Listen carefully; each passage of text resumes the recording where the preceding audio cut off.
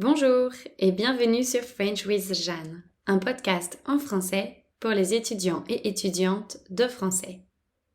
Vous écoutez l'épisode 4 de la série 17, Lire des articles en français. Dans cette série, je reprends le principe du défi numéro 2, où je vous mets au défi de comprendre 5 articles de journaux et magazines français.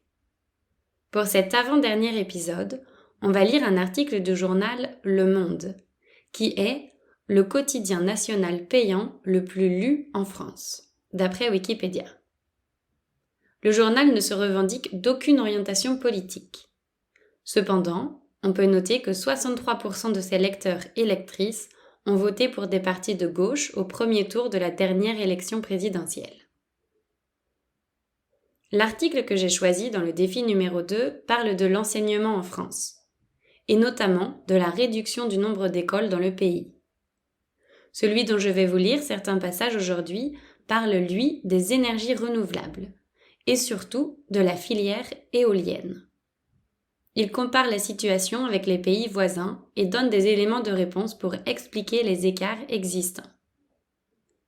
Vous devez savoir comment ça marche maintenant. Je vous lis la version raccourcie de l'article, puis je vous donnerai les questions. C'est parti!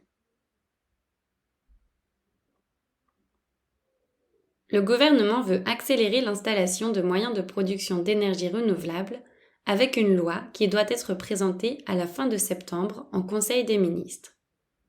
Au programme, des dérogations, des simplifications administratives et juridiques, mais aussi de possibles obligations, comme celle d'équiper en panneaux solaires les parkings de 2500 m² et plus, etc. Car, oui, la France accuse un retard important en matière d'énergie renouvelable en général et d'éolien en particulier. Retard sur ses voisins européens. Le Danemark, lui, a créé son premier parc éolien en mer en 1991, à Vandby, qui a été exploité pendant 25 ans jusqu'à son démantèlement en raison de son ancienneté en 2017. Le premier parc éolien français, installé au large de Saint-Nazaire, a été attribué en 2011. Mais son raccordement final n'a eu lieu qu'en 2022, soit 11 ans après. Si l'on compare la France à l'Allemagne et au Royaume-Uni, des pays proches géographiquement, de population et de superficie du même ordre de grandeur, et disposant de gisements éoliens comparables, son retard est évident. Les Britanniques et les Allemands ont installé davantage de turbines, avec lesquelles ils ont produit respectivement 21% et 23% de leur électricité en 2021, contre 7,8% pour la France. Une certaine inconstance politique sur l'éolien. Parmi les premières raisons du retard français, on trouve le manque de constance politique en matière d'énergie renouvelable et d'éolien en particulier.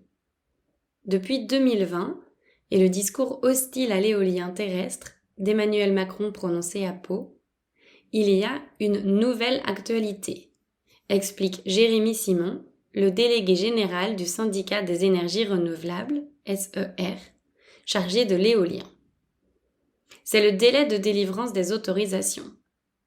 C'est-à-dire que les préfets, en fonction des contextes locaux ou des déclarations de l'exécutif, mettent le pied sur le frein, déplore M. Simon. En clair, seule la signature du préfet manque, et cela crée des retards importants quand bien même toutes les autorisations ont été obtenues. Il est d'autant plus difficile pour la filière de se structurer que le discours politique change sans cesse. M. Macron avait, en effet, passé les premières années de son premier mandat à accélérer les investissements dans le renouvelable et avait promis de doubler la capacité de l'éolien français. Et si le président de la République actuelle est l'exemple le plus récent en la matière, cette inconstance politique sur les renouvelables était aussi partagée par François Hollande et Nicolas Sarkozy. L'aspect réglementaire joue lui aussi un rôle important, explique Aurore Emmanuel Rubio. Car pour porter une filière, il faut une réglementation simple et claire. Or, selon l'avocate spécialisée dans le secteur de l'énergie, il y a une insuffisance de planification et de coordination dans les projets jusqu'ici, et même quelques lourdeurs administratives qui ont participé à ce manque de stabilité. La filière française a pâti d'une réglementation changeante. Enfin se pose la question de l'acceptabilité locale, sur laquelle la France n'a peut-être pas suffisamment travaillé, estime Madame Rubio. Il existe pourtant plusieurs solutions en la matière.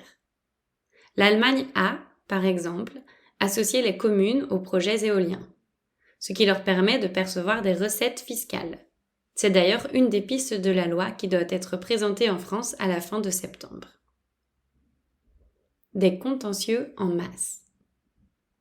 Depuis le démarrage, dans les années 2000, de la filière éolienne terrestre française, le principal frein, ce sont les contentieux, explique encore le délégué général adjoint du SER. Précisément, 7 projets d'éolien terrestres sur 10 font l'objet d'un recours en justice quand, finalement, seuls 1 ou 2 projets sont effectivement annulés par la justice, estime Jérémy Simon. Mais avec 3 degrés de justice administrative, tribunaux administratifs, cours administrative d'appel, Conseil d'État, il faut compter 5 à 7 ans pour réaliser un projet éolien terrestre en France, contre 3 à 4 ans en Allemagne, et 11 ans pour le seul projet en mer réalisé, contre 5 à 6 ans outre-Rhin.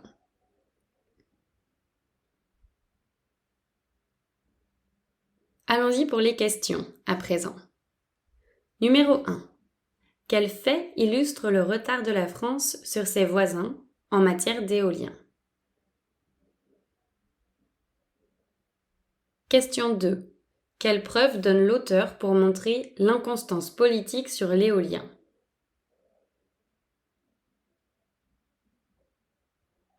Question 3. Quelle est l'une des solutions utilisées par l'Allemagne pour rendre les projets éoliens plus acceptables pour la population? Question 4. Quel est le frein principal au développement de la filière éolienne?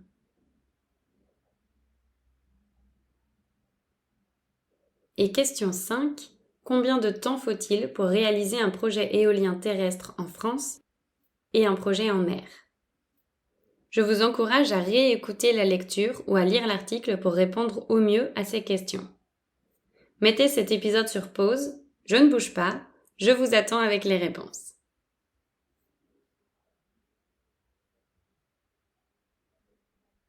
Ok, maintenant que vous avez fait votre boulot, on vérifie si vous avez bien compris. Question 1. Quel fait illustre le retard de la France sur ses voisins en matière d'éolien? Le Danemark a créé son premier parc éolien en mer en 1997, contre 2011 pour la France. Les Britanniques et les Allemands ont plus d'éoliennes et une plus grande partie de leur électricité est produite par ces éoliennes, respectivement 21% et 23% en 2021, contre seulement 7,8% en France. Question 2. Quelle preuve donne l'auteur pour montrer l'inconstance politique sur l'éolien? Pendant son premier mandat, le président Macron avait promis de favoriser l'éolien, alors qu'en 2020, pendant son deuxième mandat, il a prononcé un discours hostile à l'éolien terrestre. Les présidents précédents ont aussi fait preuve d'inconstance à ce sujet. De plus, certains préfets ralentissent des projets éoliens, même si toutes les autorisations ont été obtenues.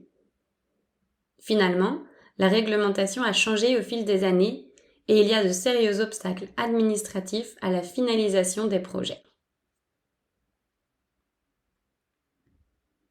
Question 3. Quelle est l'une des solutions utilisées par l'Allemagne pour rendre les projets éoliens plus acceptables pour la population? L'Allemagne implique les communes dans les projets, ce qui génère des recettes fiscales pour elles. En d'autres mots, les communes gagnent de l'argent lorsqu'elles soutiennent un projet éolien. Question 4. Quel est le frein principal au développement de la filière éolienne? Le frein principal est les contentieux, c'est-à-dire les attaques en justice contre les projets éoliens. 7 sur 10 le sont. Cela ralentit considérablement les projets, notamment parce qu'il y a 3 degrés de justice administrative. Question 5. Combien de temps faut-il pour réaliser un projet éolien terrestre en France et un projet en mer? Pour réaliser un projet éolien terrestre, il faut 5 à 7 ans en France, alors qu'il en faut 3 à 4 en Allemagne. Pour un projet éolien en mer, il faut compter 11 ans, contre la moitié au Royaume-Uni.